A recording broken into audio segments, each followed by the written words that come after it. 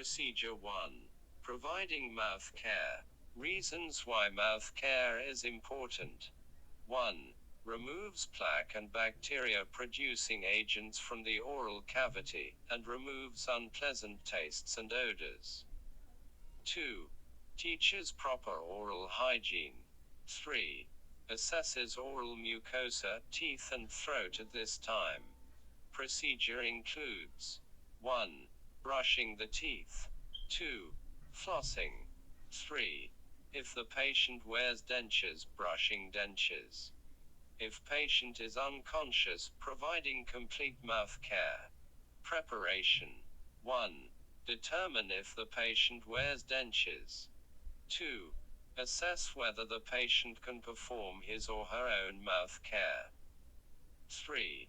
Inquire about oral hygiene practices. Special considerations. 1. Patients who will need frequent oral hygiene are those with an oral airway (NG) tube or tube feeding, and patients who are receiving oxygen. 2.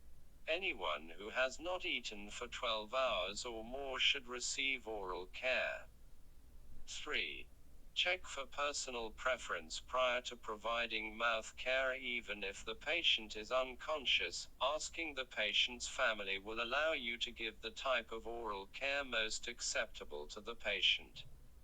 Nursing diagnoses. 1. Impaired dentition. 2. Impaired oral mucous membrane. Expected outcomes. 1. Oral mucosa, teeth, and throat have been inspected by the nurse. 2. Food particles and plaque are removed without complication. 3. Unpleasant odors and tastes are removed. 4. Patient expresses comfort and satisfaction. Equipment, supplies needed for the procedure. 1. Toothbrush. 2. Dental floss. 3. Cup of water. 4. Emesis basin. 5. Towel. 6. Clean gloves. Implementation. 1. Wash hands to reduces transmission of microorganisms. 2. Gather all equipment to promote efficiency. 3. Discuss procedure with patient to discover hygiene preferences. 4. Put on clean gloves to prevent contact with microorganisms or body fluids. 5. Assess oral mucosa, teeth, and throat to determine the status of oral cavity and patient's need for care and teaching. 6. Hold emesis basin beneath chin to catch spilled water and irrigation water. 7. Taking the soft toothbrush in hand, brush the teeth starting from the top front and moving to the back molars. Do not brush in a circular motion, but begin at the gum line and sweep toward teeth. Brush gently. Stimulates gums and removes food particles from gum line. With various disease states, gums become sensitive and easily fragile, making them more susceptible to micro-tears. 8. Lightly brush the tongue to improve the breath, cleans the tongue of coated food particles and sputum. 9. Allow patient to rinse his or her mouth and expectorate into emesis basin to remove food particles. 10. Ask the patient if he or she uses dental floss.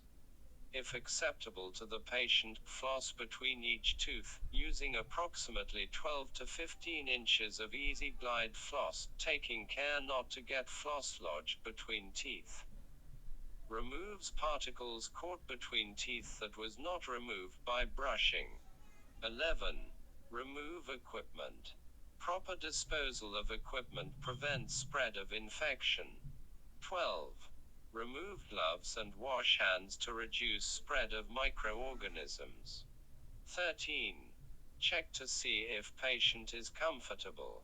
Verifies comfort status. Equipment, supplies for providing denture care. 1. Toothbrush. 2. Denture cup. 3. Denture cleanser. 4. Clean gloves.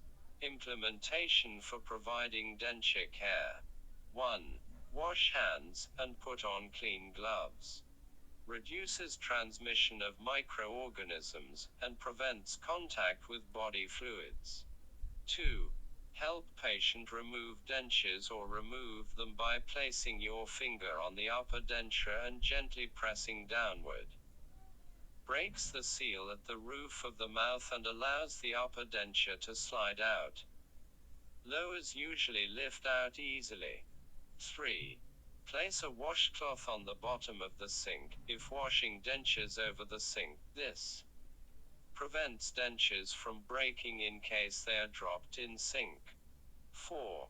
Take the patient's soft toothbrush and gently brush the dentures with toothpaste and rinse under running water to remove food particles and bacteria. 5. Replace dentures in patient's mouth or store in denture cup full of water. Dentures need to be kept in a wet area to avoid warping. 6. Remove gloves and wash hands to reduces transmission of microorganisms. Equipment, supplies for providing mouth care for unconscious patients. 1. Lemon glycerin or other mouth swabs, optional. 2. Toothbrush or sponge toothers. 3. Tongue blade. 4. A messes basin. 5. Towel. 6. Clean gloves. 7. 20 ml syringe. Implementation for providing mouth care for unconscious patients. 1. Gather equipment listed above. Promotes efficiency. 2. Wash hands, and put on clean gloves. 2. Reduce transmission of microorganisms and prevents contact with body fluids. 3. Place the patient in a side-lying position or, if patient does not have any head or neck injury, turn the head to the side. This allows fluid to drain from mouth and prevents aspiration. 4. Place clean towel under the patient's mouth to keep bedclothes dry and free from debris. 5. Brush teeth and tongue with brush or sponge toothers, using tongue blade to move cheek and lips to allow visibility of area to remove food particles and bacteria. 6. Rinse with very small amount of water using a 20 ml syringe and gently irrigating the teeth and sides of the mouth, catching water in a messes basin. Large amounts of water can increase the patient's chances for aspiration. 7. Repeat this step if patient's mouth has dried sputum, saliva to loosen dried debris gently. Repeated gentle irrigation will loosen dried debris and prevent mucosal breakdown. 8.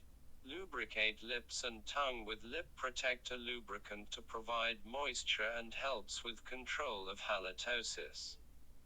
9.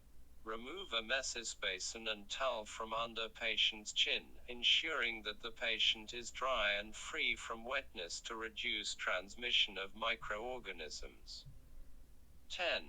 Reposition patient as necessary, and make frequent checks to ensure correct body alignment.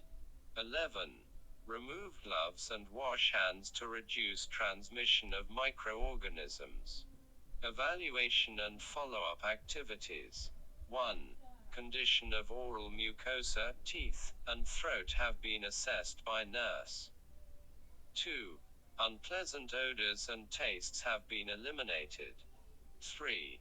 Excess secretions have been removed. Key points for reporting and documenting. 1. Findings of assessment of oral mucosa, teeth, and throat. 2. Oral care given. 3. Patient's comfort level during the procedure. 4. Any abnormalities noted on assessment.